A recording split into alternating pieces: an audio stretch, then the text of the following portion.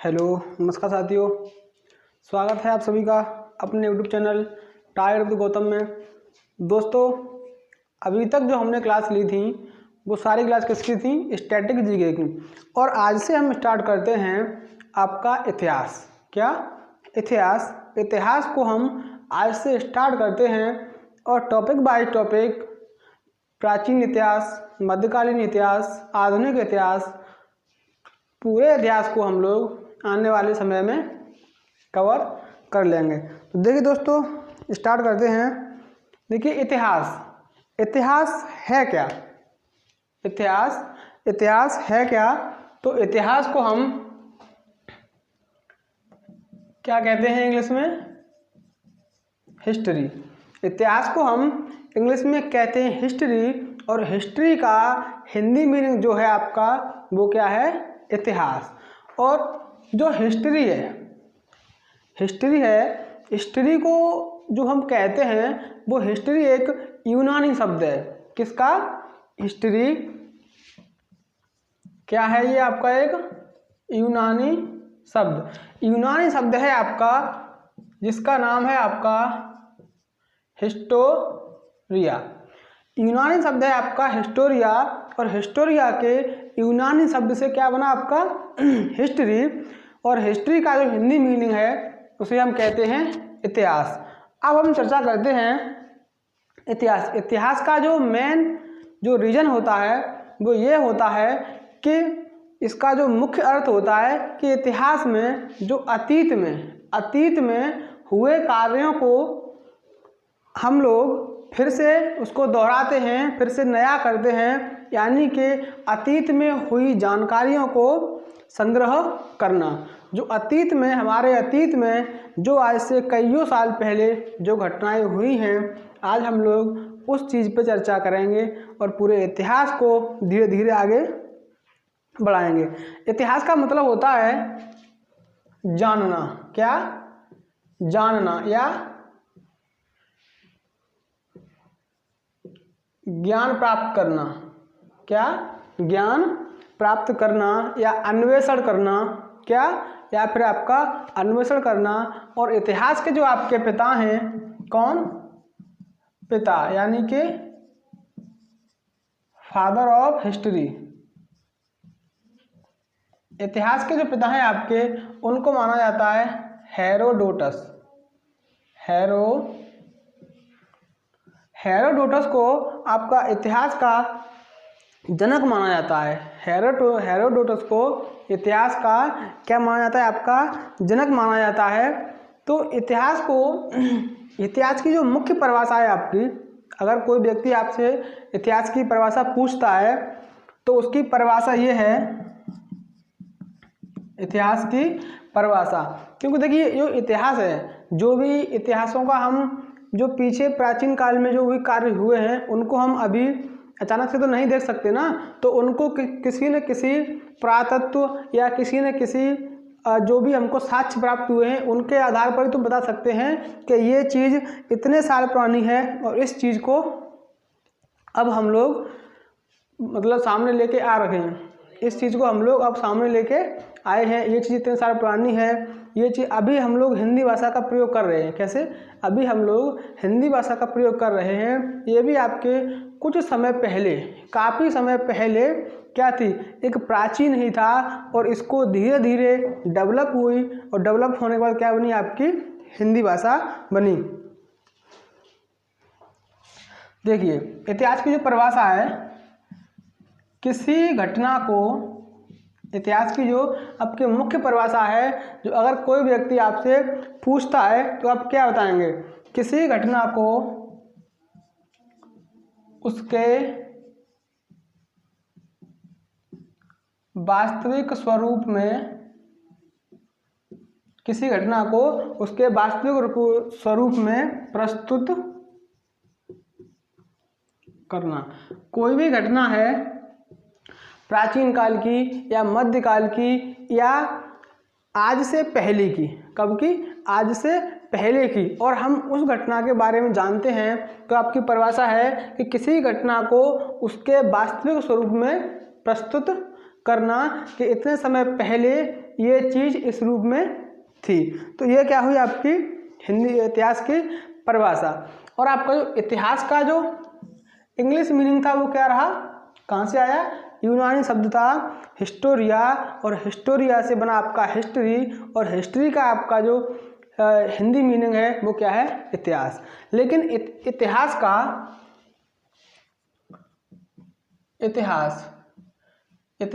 हिंदी व्याकरण, इतिहास को हम दो तरीकों में बांटेंगे, कैसे, इति और हास। इतिहास को हम दो भागों में डिवाइड करेंगे, यानी कि इति और हास। इति का मतलब होता है आपका इस प्रकार, क्या, इस प्रकार, और हाथ का जो हास है आपका, उसका अर्थ होता है घटित होना। क्या, जो इति का आपका अर्थ है इस प्रकार, इस प्रकार, ये क्या है आपका इति का अर्थ। और हास का अर्थ है आपका वो है घटित होना या घटित हुआ होगा, यानी कि इस प्रकार घटित हुआ होगा, इस प्रकार घटित हुआ होगा। इतिहास, जो इतिहास है, इत का आपका जो अर्थ निकला वो क्या निकला, इस प्रकार, और हास का जो अर्थ निकला वो निकला आपका इस प्रकार घटित हुआ होगा। ये है आपका इतिहास का मुख्य मीनिंग। अतीत की घटनाओं को इतिहास से आपको एक मुख्य जानकारी और मिलती है, क्या, एक मुख्य जानकारी और मिलती है, इतिहास कि जो भी अतीत में घटनाएं हुई हैं, एक तो अतीत में जो कार्य हुए हैं उनको हम सामने रिप्रेजेंट कैसे करते हैं, तो साक्ष्य और पुरातत्व के आधार पर। और दूसरा इसका जो मेन कारण है वो ये है कि इतिहास में हुई घटनाओं को दोहराना, यानी कि उन घटनाओं को हमको दोहराना नहीं है। किसी भी घटना को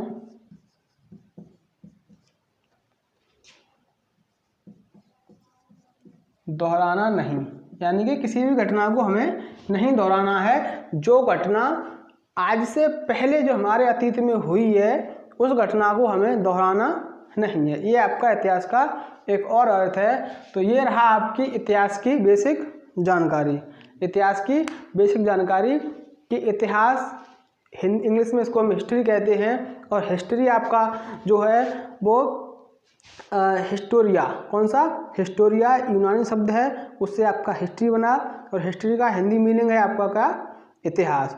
और इतिहास का हिंदी व्याकरण अगर हम संधि विच्छेद करते हैं वो बनता है आपका इति प्लस हास, और इति का अर्थ है आपका इस प्रकार, और हास का अर्थ है घटित हुआ होगा, यानी कि इस प्रकार घटित हुआ होगा, तब वो क्या बना आपका इतिहास।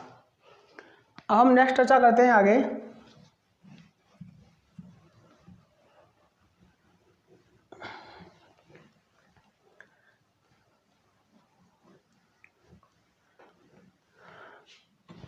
इतिहास का विभाजन।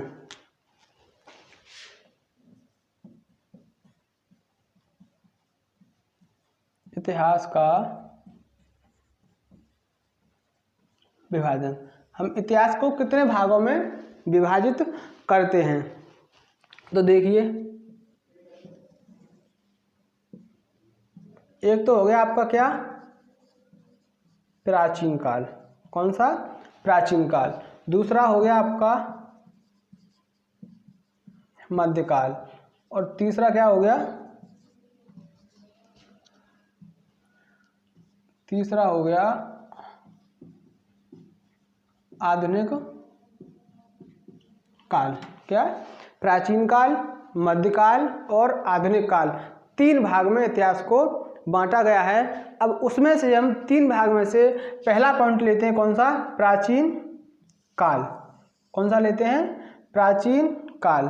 प्राचीन काल को कितने भागों में बांटा गया है, प्राचीन कालों को आपका तीन भागों में बांटा गया है। कितने भाग में, तीन भाग में। उसमें पहला कौन सा है,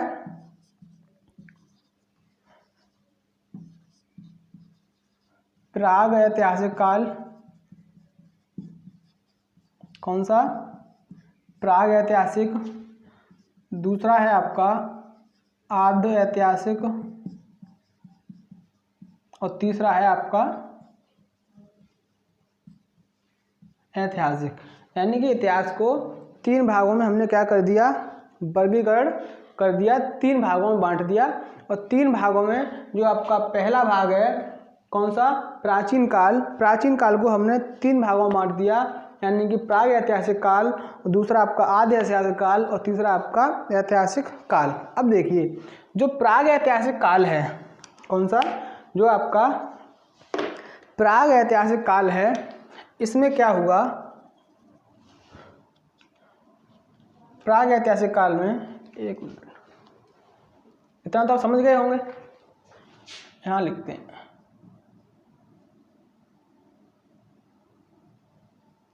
प्राग ऐतिहासिक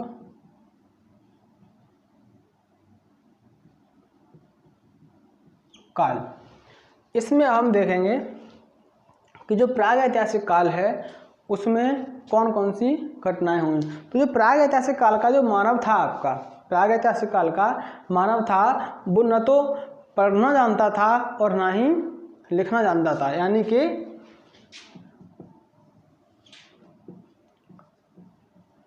न तो पढ़ना जानता था, न तो पढ़ना न लिखना। प्राग ऐतिहासिक काल का जो मानव था वो न तो पढ़ सकता था और ना ही लिख सकता था। क्या? न पढ़ सकता था न लिख सकता था। इसके साहित्यिक जो साक्ष्य मिले हमें, किसके द्वारा? साहित्यिक साक्ष्य द्वारा। साहित्यिक साक्ष्य द्वारा हमको ये मालूम पड़ा कि प्राग ऐतिहासिक काल का मानव न पढ़ सकता है और ना ही लिख सकता है। ये मेन है। उसके बाद में आपका जो दूसरा है कौन सा? आद्य ऐतिहासिक काल। तो आद्य ऐतिहासिक काल का जो मानव है वो पढ़ना सीख गया प्लस लिखना। क्या? वो पढ़ना सीख गया और लिखना सीख गया। और उसके जो हमें साक्ष्य मिले हैं उसमें ये देखा गया है कि उस समय का मानव, क्योंकि जो पत्ते होते थे उन पर भी लिखा गया है कुछ, यानी जो पत्थर होते थे उन पर भी कुछ लिखा गया है। तो उस समय का मानव पढ़ लेता था और लिख लेता था, लेकिन मेन कारण ये था उनको हम लोगों ने पढ़ नहीं पाया। यानी कि जो भी हमको साक्ष्य मिले उस साक्ष्य में ये तो दर्शा दिया उन्होंने कि वो पढ़े भी थे और लिखे भी थे, लेकिन उन चीज़ों को हमारे द्वारा नहीं पढ़ सके, लेकिन हम लोग उस चीज़ को नहीं पढ़ सके। और जो तीसरा पॉइंट है आपका कौन सा? आद्य ऐतिहासिक काल। तो ऐतिहासिक काल में पढ़ना भी जानता था प्लस लिखना भी जानता था। क्या? पढ़ना भी जानता था और लिखना भी जानता था, लेकिन इस समय के जो हमें साक्ष्य मिले उन साक्ष्यों को हम लोगों ने पढ़ लिया। उन साक्ष्यों को क्या कर लिया कि हम लोगों ने पढ़ लिया। जो भी हमें साहित्यिक साक्ष्य प्राप्त हुए उनको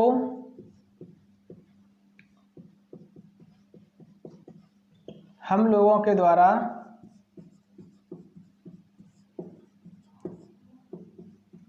पढ़ लिया गया। देखिए इतिहास का विभाजन। इतिहास को हमने 3 पार्ट में विभाजित किया। पहला प्राचीन, दूसरा आधुनिक और तीसरा कौन सा? दूसरा मध्य, तीसरा आधुनिक। अब उसमें से हमने क्या किया कि प्राचीन को 3 भागों में बांट दिया।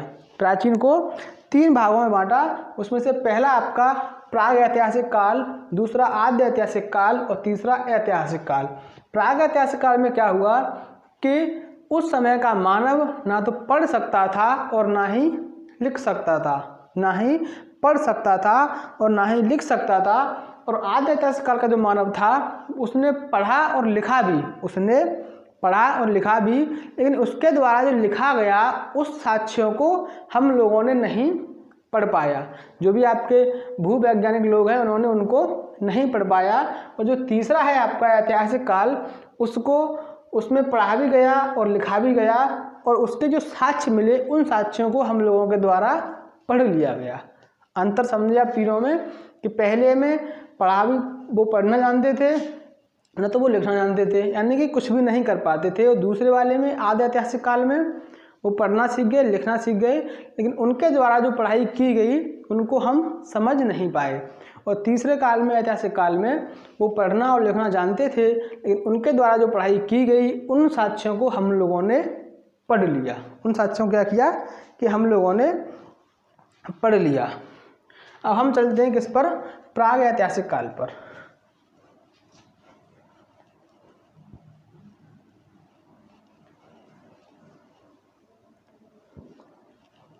कौन सा, आगे चलते हैं हम प्राग ऐतिहासिक काल।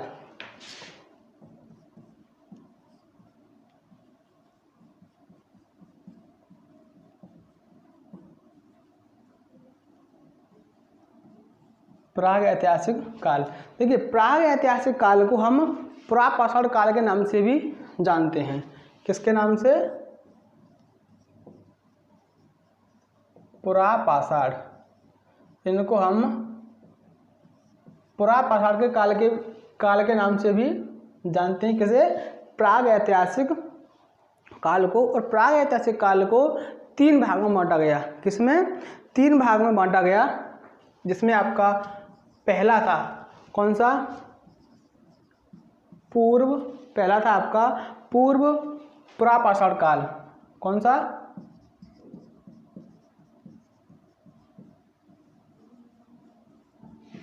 पहला था आपका पुरापाषाण काल। कौन सा, पुरापाषाण काल।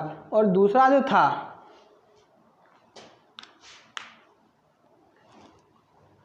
पुरा नहीं, एक मिनट, प्राग ऐतिहासिक काल को हम पाषाण काल के नाम से जानते हैं। किससे, पाषाण काल के नाम से जानते हैं। और इसको 3 भागों में बांटा गया, जिसमें पहला है आपका पुरापाषाण काल, पुरापाषाण काल, जो कि 25 लाख ईस्वी पूर्व से लेकर, कब से, 25 लाख ईस्वी पूर्व से लेकर कहाँ तक, 10,000 ईस्वी पूर्व तक चला आपका। कौन सा, पुरापाषाण काल। और पुरापाषाण काल के बाद आपका जो नेक्स्ट है मध्यपाषाण काल। कौन सा, मध्यपाषाण काल। मध्यपाषाण काल आपका जो 9,000 ईस्वी पूर्व से लेकर कहाँ तक चला आपका, 4,000 ईस्वी पूर्व तक, 4,000 ईस्वी पूर्व तक चला। कौन सा, मध्यपाषाण काल। और इसके बाद जो तीसरा है आपका वो कौन सा है, नवपाषाण काल। कौन सा, नवपाषाण काल। नवपाषाण काल। और नवपाषाण काल आपका कहाँ से चला, 4,000 ईस्वी पूर्व से लेकर कहाँ तक, 1,000 ईस्वी पूर्व तक। ये प्राग ऐतिहासिक काल है। कौन सा, प्राग ऐतिहासिक काल है। और प्राग ऐतिहासिक काल को आपका 3 भागों में बांटा गया, पुरापाषाण काल, मध्यपाषाण काल और तीसरा पॉइंट नवपाषाण काल। अब उसमें हम देखते हैं सबसे पहले कौन सा, पुरापाषाण काल। कौन सा देखेंगे,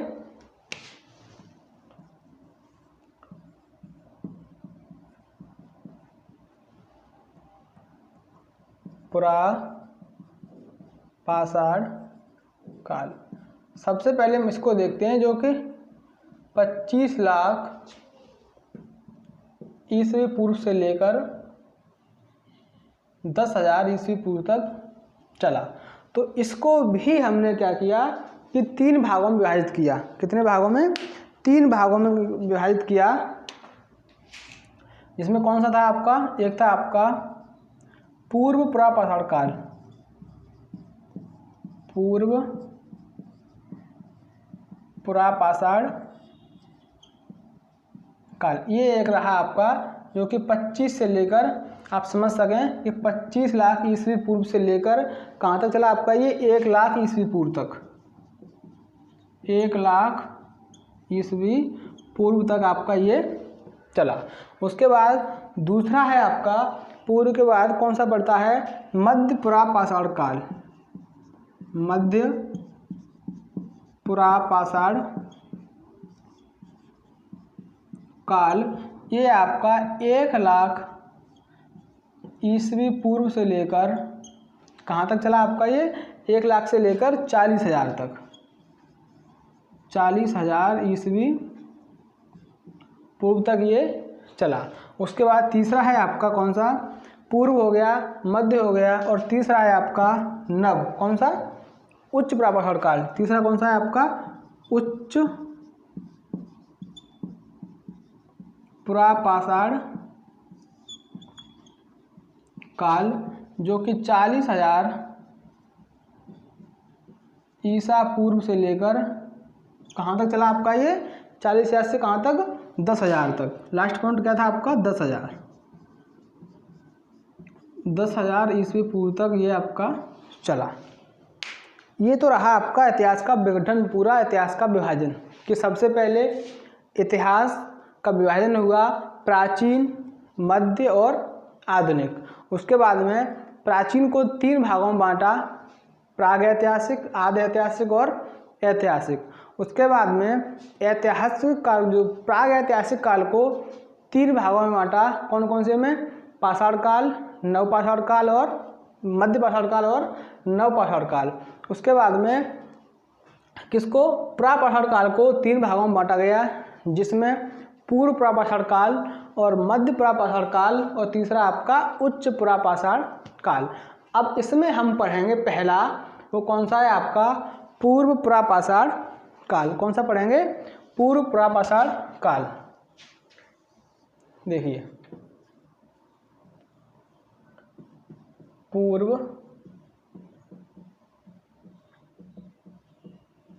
पुरापाषाण काल, इसका कहाँ से कहाँ तक है समय, 25 लाख ईस्वी पूर्व से लेकर कहाँ तक, 1 लाख ईस्वी पूर्व तक, 1 लाख ईस्वी पूर्व तक। हम इसको पढ़ेंगे पुरापाषाण काल को। किसको, पुरापाषाण काल को। तो जो पुरापाषाण काल का जो आपका मानव था, पुरापाषाण काल का आपका जो मानव था, उसकी एक तो मेन प्रवृत्ति तो ये थी कि वो शिकारी था। किस तरह का, वो मानव पूर्ण रूप से ना शिकार पर निर्भर रहता था। किस पर, शिकार पर।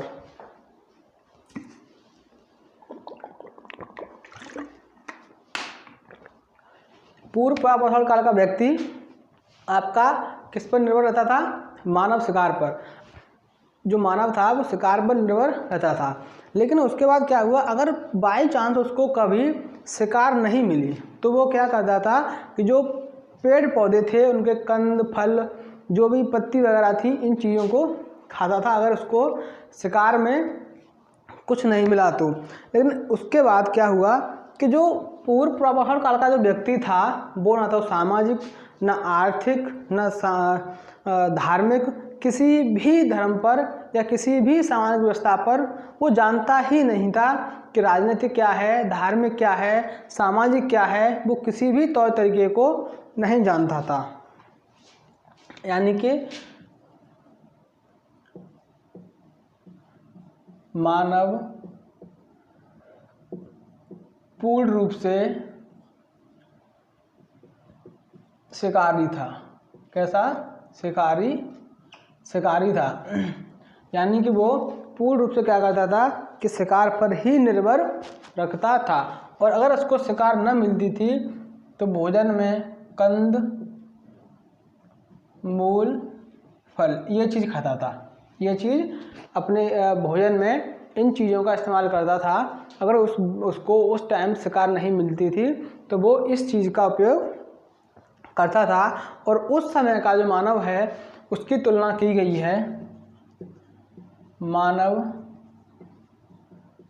मानव की तुलना किससे की गई है, जानवरों से।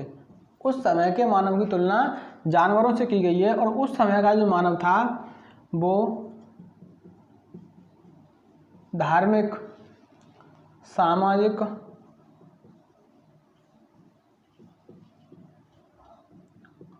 आर्थिक किसी भी चीज़ को वो नहीं जानता था कि ये चीज़ है क्या। न तो राजनीतिक विकास समझता था, ना वो सामाजिक विकास समझता था, ना वो आर्थिक विकास समझता था। जो किसी तरीके भी उसको जानकारी नहीं थी बिल्कुल भी। अब इसके जो साक्ष्य मिले हैं, क्या इसके जो साक्ष्य मिले हैं वो कहाँ से मिले हैं? साक्ष्य। अब हम देखते हैं कि जो पूर्व प्राचीन काल था, इसके जो साक्ष्य मिले हैं वो कहाँ से मिले हैं। तो इसके साक्ष्य मिले हैं आपको इलाहाबाद की बेलन घाटी से। कहाँ? इलाहाबाद की बेलन घाटी से हमको साक्ष्य मिले हैं कि उस समय का जो मानव था वो न तो सामाजिक, धार्मिक, आर्थिक, राजनीतिक किसी भी तरीके को नहीं जानता था, प्रॉपर शिकार पर निर्भर था, और शिकार न मिलने पर वो कंद मूल फल का इस्तेमाल करता था अपने भोजन के रूप में। और इसके बाद इलाहाबाद की बेलन नदी घाटी से मिले हैं, और एमपी की, मध्य प्रदेश की भीमबेटका गुफा, मध्य प्रदेश की भीमबेटका की जो गुफा है उससे भी हमको इसके साक्ष्य मिले हैं। और उसके बाद जो पाकिस्तान की सोनम नदी घाटी है, किसकी? पाकिस्तान की सोनम नदी घाटी, पाकिस्तान की सोनम नदी घाटी से साक्ष्य मिले हैं हमको, किसके? पूर्व प्रापाषाण काल के मानव के। ठीक है। और उस समय जो उपकरण थे, क्या? उपकरण यानी कि औजार। उस समय के जो औजार थे जिनको मानव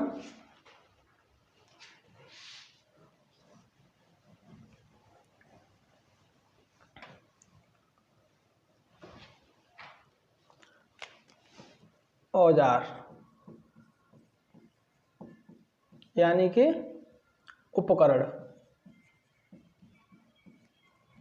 उनके जो नाम थे, तो उस समय का जो मानव था वो क्या करता था? या तो पत्थर लेता था, पत्थर, और पत्थर को थोड़ा लंबा सा पत्थर लिया और उसको काटा, उसको नुकीला कर लिया, पत्थर को काट कर वो नुकीला कर लेता था।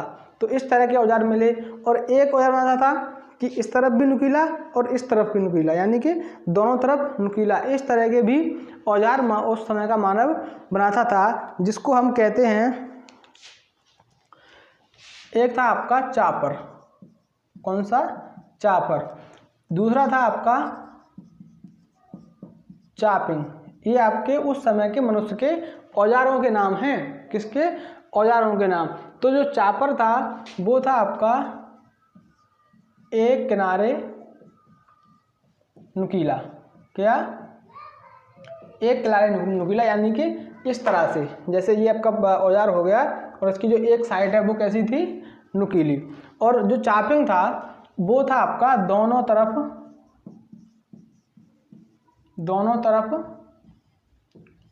नुकीला। वो औजार कैसा था आपका? वो औजार दोनों तरफ नुकीला था। और तीसरा जो आपका एक और औजार था जिसका नाम है आपका क्या? पेबुल। जो पेबुल औजार था वो इस तरह का था कि एक ही तरफ नुकीला था लेकिन दो भागों में बटा हुआ था, एक ही तरफ दो भागों में नुकीला। इस तरह से औजार था, एक ही तरफ दो भागों में नुकीला। इस तरह के उस समय के मानव के क्या थे? आपके औजार थे, चापर, चापिंग और पेबुल। इस काल को हम किस नाम से जानते हैं? चापर, चापिंग, पेबुल संस्कृति के नाम से भी जानते हैं। क्या? यहाँ लिखें आप नोट करके, चापर, चापिंग और पेबुल संस्कृति के नाम से भी जानते हैं, के नाम से भी जानते हैं। तो ये है दोस्तों आपकी आज की क्लास, जो कि आपका पूरा जो पूर्व प्राप्रसारण काल था वो फिनिश हो गया है। और नेक्स्ट क्लास में जो आपका होगा वो कौन सा होगा, मध्य प्राप्रसारण काल और नव प्राप्रसारण काल। ठीक है, इस तरह से ही हम इतिहास को आगे धीरे धीरे कवर कर लेंगे। तो चलिए दोस्तों, मिलते हैं नेक्स्ट क्लास में। आज क्लास के लिए इतना ही काफ़ी है। All the best, thank you so much. जो भी भाई बहन हैं तो प्लीज़ वीडियो को शेयर करें, लाइक करें, सब्सक्राइब करें। तो all the best, thank you so much.